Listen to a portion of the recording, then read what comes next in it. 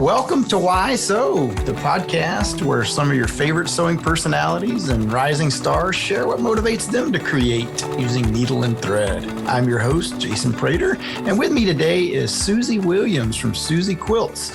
I'm really excited to get to speak to her about why she sews. So welcome to the Why So podcast, Suzy. How are you? I'm good. Thanks for having me, Jason. Yeah, we're stoked to have you. As I told you before we started recording here, you're actually the first up to get interviewed. So congratulations on that. Well, thank you. I love being number one.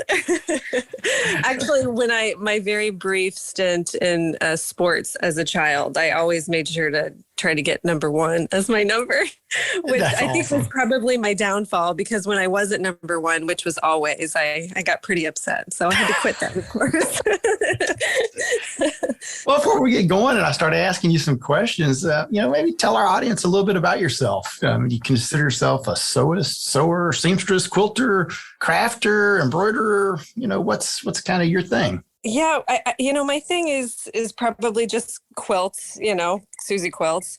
Right. I learned to sew through quilting when I was 15, which was, my goodness, almost 21 years ago. And I just loved it so much. I kind of didn't feel like I needed to do anything else.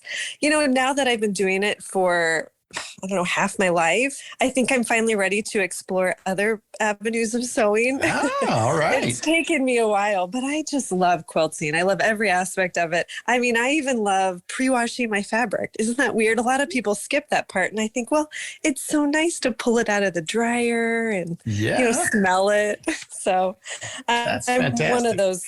So primarily a quilter, but you're ready to open the doors to other types of sewing. Which things do you think you'd try next? Yeah, well, on the Suzy Quilts blog, we have lots of little tutorials, nothing too difficult that your basic quilting experience couldn't guide you through. So, I do little home decor things, table runners, napkins, bags, simple bags. I say that and people maybe envision like a whole duffel bag with pockets. And I haven't ventured into that yet, but I will someday when I don't have two tiny children. So they keep me pretty busy. I bet. So tell me a little bit about how you got into sewing. I know I read something where you didn't start sewing until the age of 15, which you just said. But normally, when I talk to people, they learn from their mother, or their grandmother, or some other family member. What was your first memory of sewing? Yeah, I love those stories of generational sewing. I think that's such a beautiful thing. But, it's not my story. My mom is actually blind, so she can't do any kind of sewing or crafting. But it's always something, artistic expression was always something I really had inside myself, and trying to find that, how to channel that was always, in my angsty teens. Obviously sports weren't my thing. I think I mentioned that earlier. But I knew something was in me, but I didn't know how to get it out. And I made a friend when I was about 15, and her mom quilted. And so I would go over to my friend's house, and she would want to, play video games or do whatever. And I would sneak into her mom's sewing room, and I would walk, I would tiptoe because I didn't want to get caught. And I know, isn't that funny? That's fantastic. And I would just, kind of let my hand fall on the sewing machine and feel the fabric. And it was like coming home. It was this magical place where I thought, I just got to learn this. And like I said, this was 21 years ago. Right. So we didn't have all of the really cool fabric we have now. Fabric has gotten so fun and vibrant. When I was learning, it was Civil War reproduction fabrics and 1930s reproduction fabrics. Was really, Amy Butler was on the scene, kind of, and there was some Kaffe Fassett, which I immediately grabbed onto.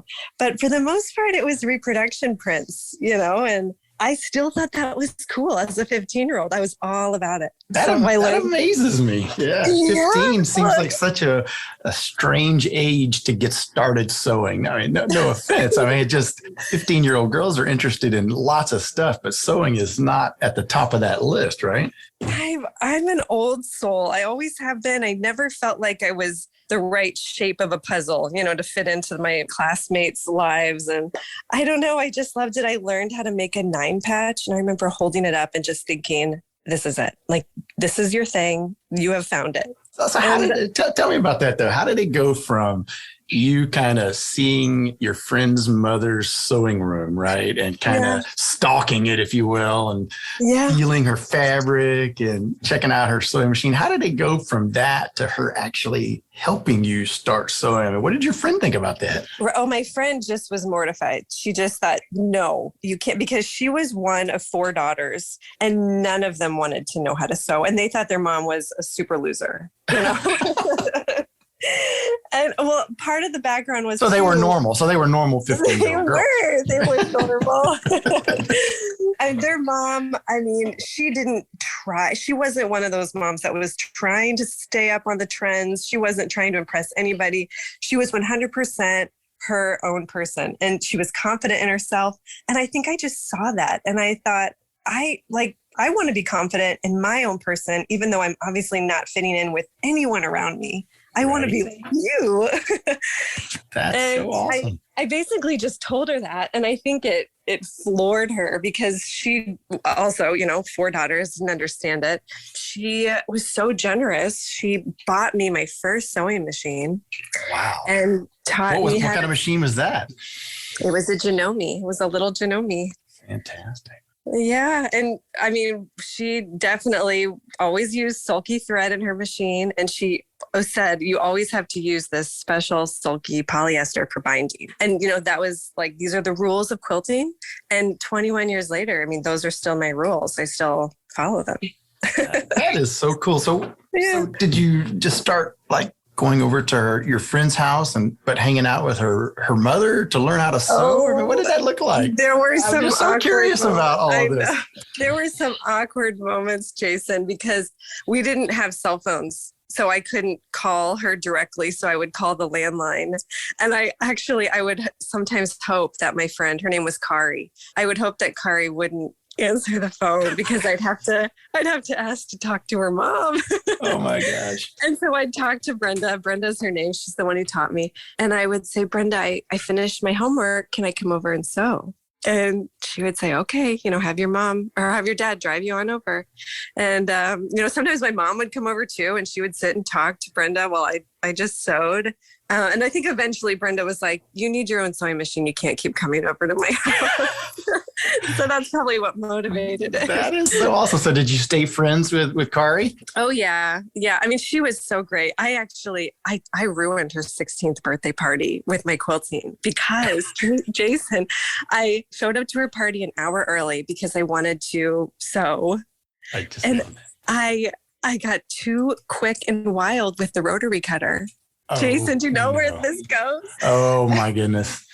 Tell me you ended up with stitches and the whole 9 yards for her 16th birthday. All of it. I mean, it was awful. It was mad rush to the ER. I mean, well, first off, they were just trying to stop the bleeding. And so I was just in the room while kids were coming in for the party. And I was like in a back bedroom, my hands, above my head. Like, people are just ignoring her and running to me and hovering, and they want to. And Jason, this is what's so gross. Part of my finger was on the table. Oh my goodness. And so this is the best story ever. You know this, right? Like, this is awesome. Well, the boys at this party thought it would be fun to pick up the finger and throw it at each other. So it's so gross. It's so 16. You know what I mean? Or like, no one is being mature about this. Everyone is being gross. I think Kari eventually just ended up crying in the bathroom. Oh my goodness. So did you get back for the party? I mean, what happened? No, I missed the party completely. Nice. But I did get out of, gym class for a while. So that was good. So Brenda was sort of your teacher. Are you still in contact with her today, by the way? Oh, yeah. Yes.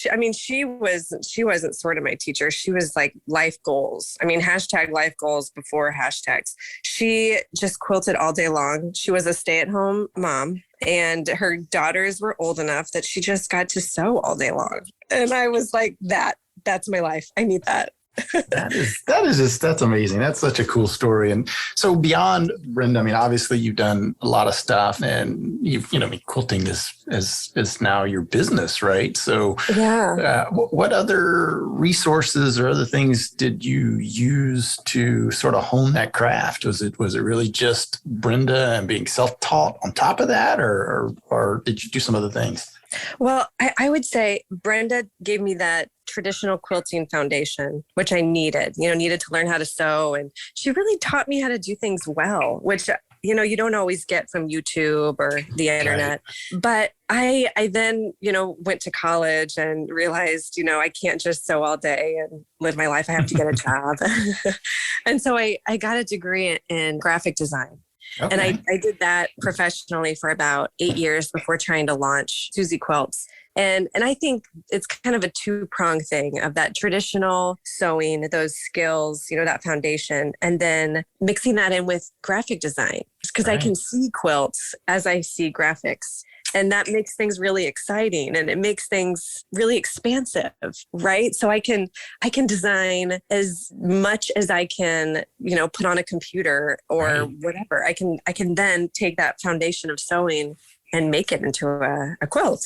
That's so neat. So at 15, you come across this woman who helps you learn how to sew. I assume you went to college right out of high school, so you had to be about 18 years old. You go to college for graphic design. You do that professionally for a while. Were you sewing during that time? Did you sew while you're at college? I did. I actually went to college to get a fiber arts degree. And I randomly was put with a roommate who, my gosh, I mean, I feel like divine intervention. I got this random roommate. She was the most pragmatic, level-headed person I'd ever met up to that point in my life. And she had a plan. She had a 5-year plan. She was going to get this degree, and then she was going to do Peace Corps. And I mean, she filled out her own student loans paperwork. I was like, whoa, girl. I love it. Yeah. And so she asked me, well, Suze, you're getting a fiber arts degree. What job are you going to get? I mean, she was just like, couldn't understand. Putting you on the spot, right? Yeah. And I thought, what? I have to get a job? Like, I didn't even know these were questions that needed answers. And so I ended up I pledged, or I guess I didn't pledge. It wasn't my sorority. I declared a double major in graphic design and fiber arts. And then because obviously I'm not, that studious, I had to drop one of them. And so I ended up dropping the fiber arts degree. So you went the pragmatic route there, right? I had a healthy dose of pragmatism, dumped on me. It was an ice cold bath freshman year, and it was good. It was really good for me. Oh, that's awesome. So then you're in this career, you're doing graphic design, and I assume sewing a little bit during that time. What led to the decision to make this your business? How did that happen? Yeah, well, I worked at an ad agency doing graphic design, and, I just didn't love... You're going to laugh at this because you're a boss. I didn't love bosses. I just didn't really like them. I was kind of like, well, I'd rather be my own boss and do my own thing and not listen to you. I'm a little bit of a That's rebel. Fantastic. Well, see, that's not so much different than bosses, though, right? Because bosses are bosses because they don't want to be bossed around. Right. Which makes us want to be bosses. I try really hard not to be bossy, though. But, my husband probably doesn't think I'm trying that hard. So I started doing freelance graphic design. And that was really, really nice because, I could set my own hours and pick my own clients, for the most part. And then I was like, well, I'm getting this freelance graphic design thing off, why don't I try some freelance quilting? And so, I think a lot of people who are in this industry kind of dip their toe thinking maybe I can make and sell things. And when that doesn't quite work out, then they pivot and think, okay, well, what can I sell still using this craft? And that's kind of how I transitioned into selling quilt patterns, which I'm really glad I did because it's a lot easier to sell quilt patterns than to sell my quilts. No one wanted to buy my quilts, Jason. Right. So what was the, I know you are big into modern quilting and that movement has certainly changed the entire industry, quite frankly. Yeah. But so you're a graphic designer, so you had to be thinking to yourself, I just don't like these quilt designs. Was that it? And so that's what led you to literally create the first pattern of your own, or did you have somebody else that you were seeing as sort of, inspiration that was doing that themselves? And then so you said, I'm going to do this, or how did you go from buying patterns and sewing those to saying, I'm going to create my own? Well, I definitely did not set out to sell my patterns. I just set out to make some fun quilts. I was just messing around on my computer and then, figured out the measurements, turned that into a quilt just for myself. And most people don't do that, right? I mean, most quilters I think a lot buy of people patterns do now. And just sew them, right? A lot of people do, but I think with the modern quilt movement, I think a lot more people are exploring their own creativity by designing their own quilts. I think you'll always have people that, because this is their hobby, it's more fun to just buy the pattern, buy the fabric, kind of follow the instructions, and know what you're going to get, and that is a good time. And I like following my own patterns, instead of always creating something new. Takes the stress out of it, right? Yeah, for sure. Yeah, I'm a brewer, so I home brew my own beer, and kind of the same thing in that industry. You watch people that progress in their hobby to the point where they get comfortable and they can start creating their own recipes as opposed to following other recipes. But like you said, there's pros and cons of both for sure.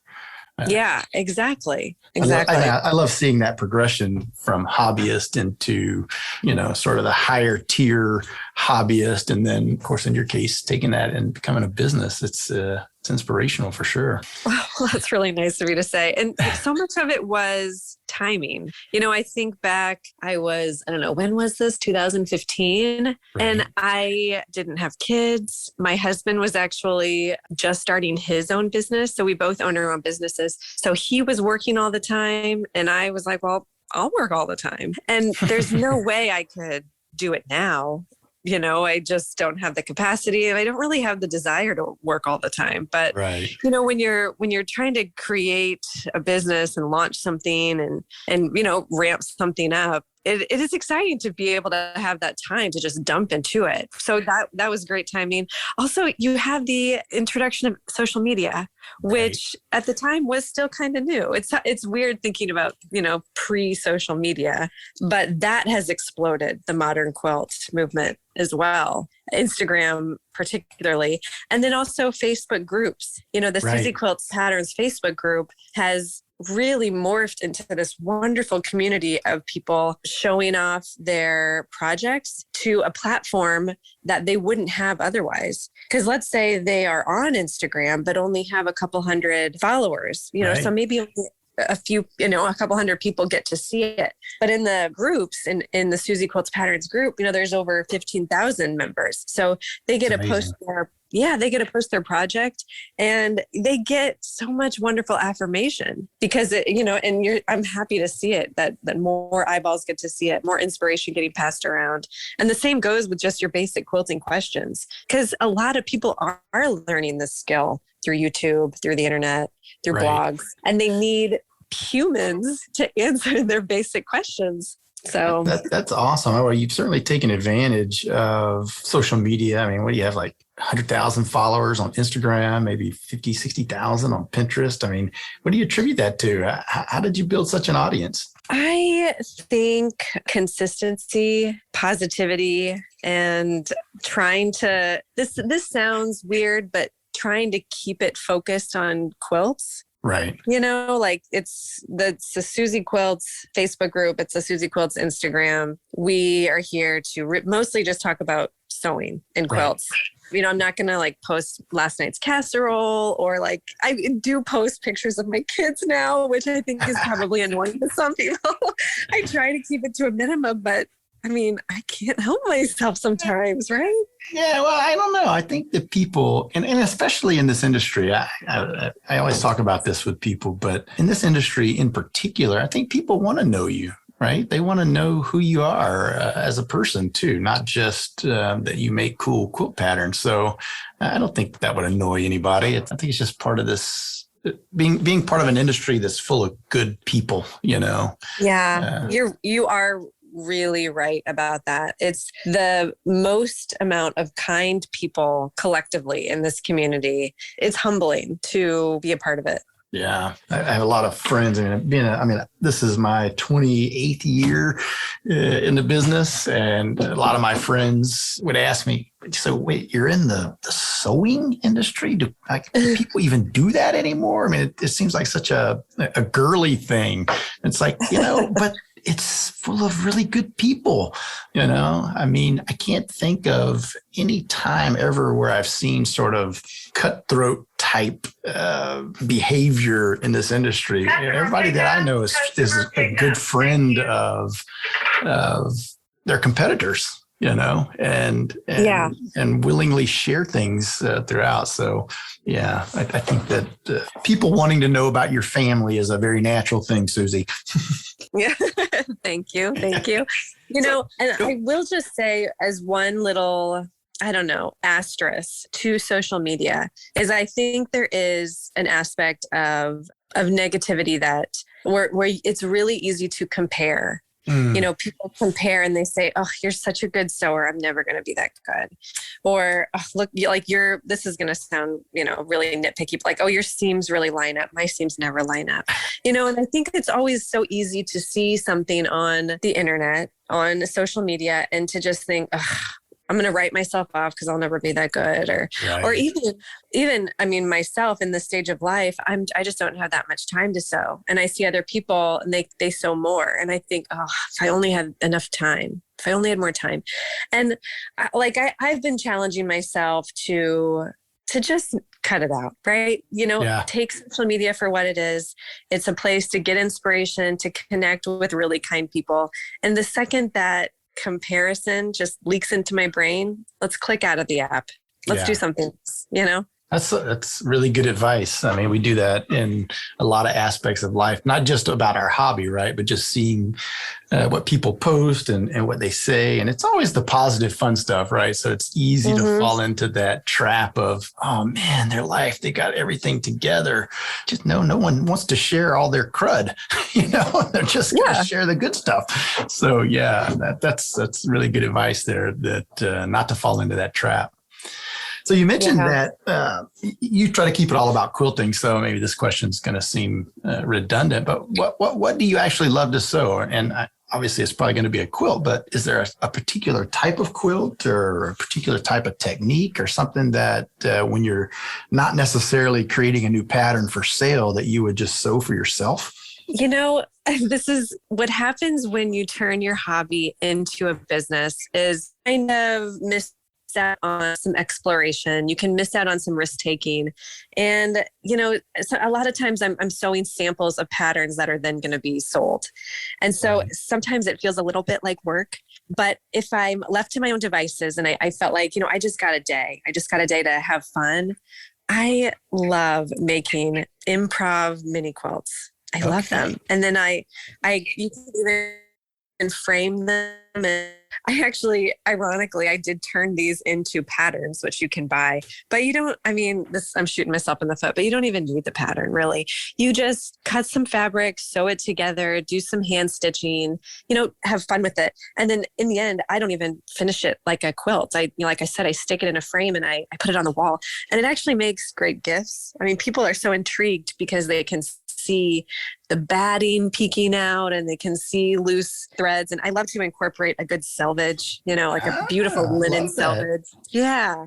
So that involves exploration and like thinking on the spot, accepting my mistakes, because nowadays when I'm making samples of patterns, I can't really accept my mistakes as well because I have to make it like the pattern, Yeah. But so you mentioned that those improv quilts make good gifts. That's one of the things I like to ask our guests about. I'm sure you've given handmade sewn gifts to people on many occasions. Do any of those occasions or gifts in particular stand out as very memorable or hold special meaning for you? Oh, what a good question. I've given away so many quilts. Oh my gosh, Jason. The first quilt I made, when I was 15, where I cut off my finger, I gave to my boyfriend. Did it have a blood stain on it? Did. That's awesome. It did, but thankfully I had used this dark red fabric, so I don't think it was that noticeable. But I'll never forget that first quilt. And I remember Brenda, the one who taught me how to quilt. Yeah. She asked me multiple times, "Are you sure you want to give your first quilt to your boyfriend?" I think she knew we weren't going to last. Right. I thought we were. I definitely thought we were going to last. But of course we didn't. 6 months later, we're broken up. What was his reaction? What did he think about it? Oh, he loved it. He was a musician. It had these, it's funny how trends come and go, because at the time, this is back in, 2001. At the time, gold metallic was really cool. Okay. And then of course it got very uncool, and now it's cool again. So, hey-o. But it was all this gold metallic music notes on this fabric. And I gave it to him, and he and I still keep in touch. We're still acquaintances, and so I think a couple of years ago he even reached out and said, "In case you're wondering, I still have that quilt." That's awesome. I love hearing that. Too cool. So obviously with quilting as a business, you gotta do things to be efficient, right? What are some of your favorite tools, notions, things of that nature, nifty gadgets that you use that make your sewing life easier? Oh, I love notions, right? I mean, you're in the biz of notions. Notions make our lives so much better. A few years ago, I was sewing with a friend who mostly sews garments, and she introduced me to a tailor's clapper. And oh my gosh, it just exploded my brain. I cannot sew without one. And for anyone who doesn't know what a tailor's clapper is, it's just simply a piece of wood. It's like hardwood, so oak or maple. And you basically just get a hot, steamy seam, and you let the seam cool underneath your clapper. And this seam just is permanent. It won't move. It doesn't come unfolded, whatever. It's amazing. I also explain that, because I was going to ask you, what the heck is a tailor's clapper? Well, now I know. Yeah. Oh, I love them. And anytime I do a sew along, I always have that as part of the supplies you need. I mean, anyone who does a sew along with me, it's like, you've got to have your tailor's clapper. And I also I have a remember those slap bracelets? Your girls probably have some. Yes. I know exactly what you're talking about. Yeah. I have a slap bracelet magnetic pin holder, and I love it. It's like my uniform. As soon as I walk into my sewing room, I slap it on. Even if I'm just sitting at my computer, I look down and realize I just slapped it on. That's too cool. Everybody's got their favorites. Get grabbing pins so easy. That's fantastic. Yeah. So, I mean, obviously you've made quilting into a business, in what other ways, do you feel like sewing has enriched your life? Obviously you've been able to make a profession out of it. You're successful at it. People know who you are. But what other ways do you feel like sewing has impacted your life? Well, I mean, like I mentioned in the beginning, teenager, I knew I had something in me, something creative. Were playing video games or even just sports. And that just wasn't the outlet I needed. And I feel like when I walk into my sewing room, or even before I had a sewing room, when I turn on my sewing machine, it's like this calm comes over me. I take a breath, as the sewing machine kind of fires up. Right. And I feel that release, that creative flow. And even if 5 minutes later, a kid is screaming or someone's calling me and I have to jet, just that moment of reset, it's never changed. When I was 15, I felt it. Throughout college, I felt it. I was like cramming for finals, and I could still just flip on my sewing machine and do a little something. And it's kind of like in my later years, I've discovered meditation, and I realized, you know what? I've been meditating since I was 15. It was just called sewing. Wow. That's awesome. Yeah. So it's enriched my life immensely. That's fantastic. So there's a lot of people out there, a lot of strong women in this industry, very confident women that have achieved so much. Do you look at any particular sewists or makers that you admire and maybe even have a relationship with? Well, Amy Butler, she doesn't design fabric anymore, but because when I thought it was Civil War reproduction, 1930s reproduction, when I discovered her fabric, I just thought, oh my gosh, this is so cool. Like, I remember just buying everything she made.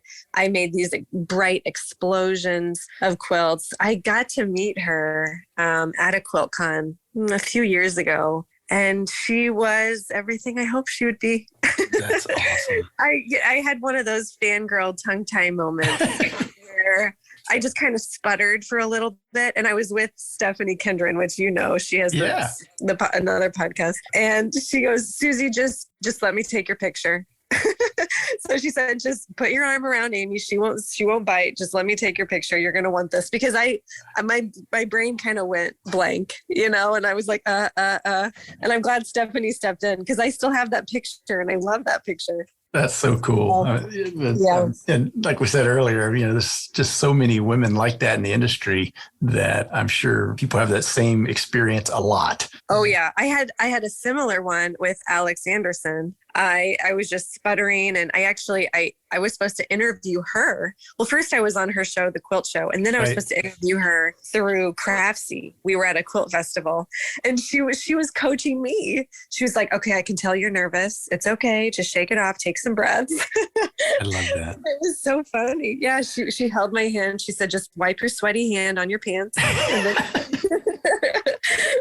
That's too cool. So you just mentioned Craftsy. I know that, obviously you have your own website, but what other things you into like that? You spend some time teaching on the road or only online, or what? I actually don't really like traveling to teach. I've done a couple workshops, and I quickly realized I don't think that this is for me. And I'm all about like that gut reaction. Sometimes, like, for example, I flew to Denver and I taught in the Craftsy studio, and I was on the craft show with Alex Anderson, and I was really nervous, but I thought, this is fun. This is exciting. I'm glad I'm here. But, the couple times I taught in person at workshops, I just never really felt my groove. So I've gotten some interest in, speaking at guilds or whatnot. And I think at this point, it's just not for me. And I'm all about just listening to my gut, and it's for some people and it's just not for me. But I do like that online platform of, filming videos and teaching and writing online. And I think that's so cool. more my style right now. Especially for the last couple of years, the fact that we've had these modern tools have certainly helped our industry, right? Without the ability to travel and go to shows and visit stores, you can buy your favorite stuff online. You can learn from your favorite people online. How fortunate are we to be living in 2020, 2021? Exactly. And nothing really beats someone putting their hands in front of you, especially if you're learning any kind of embroidery or hand sewing. It is really nice to have that person just right there in front of you. You can't beat that, especially with the fiber arts. Right. But you can get really close, and with some good filming and some good online instruction, I learned how to hand quilt online. And I just practiced a lot, and I honed, what I liked and what worked for me. And I consider myself a pretty good hand quilter, and no one taught me in person. So it can be done. Love that. So I think I read maybe on your website where you are a BERNINA expert ambassador, right? And how'd that come about? Oh my gosh, Jason, that was so random. Well, BERNINA is based by me. So I'm in Chicago, and they're in Aurora, which is just about 45 minutes away from me. Right. It's a Chicago suburb. And, I was like I said before, I was sewing on a Janome. So I kind of graduated when I was 15. I got a little Janome. And then, in college, I got a slightly bigger Janome. I kept getting bigger and bigger. And I was sewing on a pretty nice Janome when BERNINA reached out to me. I don't know how many years it's been. I don't know time anymore, Jason. But you have two little kids. I understand. It had to have been over 4 years ago, because I wasn't pregnant and I didn't have children. Okay. So that's how I'm going to gauge my time. And they reached out to me and said, hey, do you think if you sewed on a BERNINA for a little bit, you'd like it? And I said, probably. I've I've never sewn on a Bernina. So I went out to their creative center and I sewed on a 770 QE. And I was like, well, this is amazing. And they said, well, do you want to fly to Switzerland and film a promo video for this machine? And I was like, what? Are you pulling my leg? Like, it was one of those things where I was like, what's the catch? You're punking me, right? Right. But they weren't. And Where's a couple months later, yes, a couple months later, I was in Switzerland. I was in Steckborn at their headquarters, and I was filming a promo. And it was my first time, Jason. It was my first time behind the camera, and I was awful. I was awful at it. They were so patient with me. They just patted my back, and I had someone do my hair and my makeup, and I would get flustered, and he would come in and he would brush my hair, and I would say, thank you. And I was total diva, and I just ate it up. And, finally by like day 4, I think they had filmed like 100 hours of footage, and they could they could get 2 minutes of me not looking terrible. And yeah, so it's actually the 570 QE is, you can get on the BERNINA website, and there's little Suzy Williams of Suzy Quilts. That's such a cool story. I love that. Yeah. And Switzerland is amazing. I haven't been back since, but it's beautiful. Right. So you've worked with a lot of large companies within the industry. I know you've done collaborations with some of the fabric companies and all sorts of people, but I think I read something where you did something for like Toyota. What was that? Yeah, that was another really random thing. Sometimes random things just kind of happen. They just fall in your lap. And so Crate and Barrel, you've probably heard of the furniture company. They had, before it was Crate and Kids, it was the Land of Nod. And I think some people might remember the Land of Nod. And it was a furniture company geared towards children. But it was such a cool company because I think 85% of their products were artist collaborations. So they were constantly just, curating this wonderful assortment of artists. And with them being local, I just, through different connections, I made a contact there, and I ended up designing a couple of quilts for them. And so they hooked me up with a producer of this. It was a Toyota campaign, and they were highlighting a fashion designer, and they wanted it to look like the backdrop, this cityscape backdrop was a quilt, because he was going to be standing in front of it.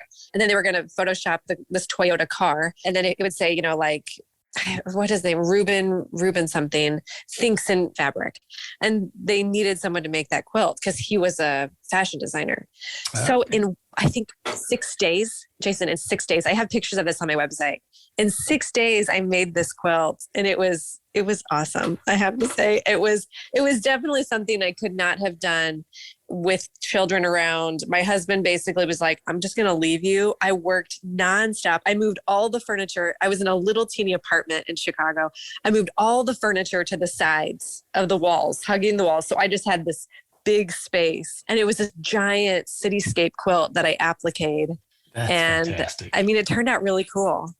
Yeah. So I haven't done anything like that lately. Totally. Yes. I just had my husband spoon feed me, and I just sewed, and it was a whirlwind.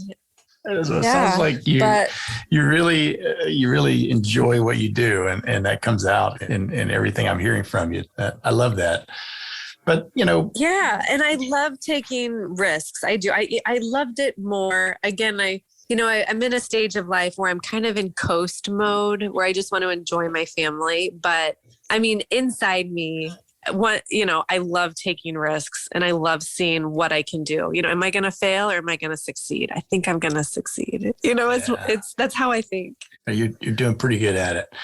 Hey, when you're not sewing, what other things do you like to do? I mean, I know you're raising 2 small children, but surely you have some other hobbies or activities. What else do you enjoy doing?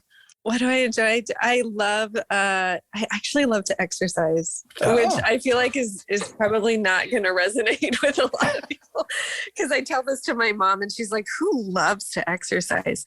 And I think it's just got to be those endorphins, right? But I have a Peloton bike. Okay. And so I do, I ride that, or I do different, yoga classes. I work out from home. Okay. I used to work out at a gym, back when I think people went to gyms. Yeah, I'm not sure I put the word love in front of exercise, but maybe have to exercise. I like to do that. Yeah. And I get that. I do, because when I was pregnant with my first, every day for 9 months, and it was, but I definitely felt like, why would you want to exercise? Like it didn't make any sense for 9 months. Yeah, but I don't like cooking. So I guess that's not the opposite of what you were asking me. No, not so at all. One of these, I don't like to cook. Every once in a while, I'll get really motivated, and then it won't taste very good. Say, I'm never doing that again. And get out there I am. Like, well, maybe your husband likes to cook. Hey, that's what that's what life ought to look like when you're successful and you've got a couple of small kids. Let somebody else do the cooking. There's a lot of good, healthy choices out there. I like that mindset. One of the things I like to end with this particular question, I've kind of always said as an industry that we're really not selling thread or notions or fabric or patterns, but what we're really selling is kind of this feeling of accomplishment and satisfaction that comes from creating. Do you believe that? And if so, how has that feeling sort of manifested itself in your sewing journey? Oh, 100%. I think you nailed it. There are so many times where I'll make something and in all reality, it wasn't really that good. It doesn't even look that good. But the sense of accomplishment I feel afterward, or even just this sense of, I don't like a creative flow has just happened, Yeah. I think that's definitely what we're doing.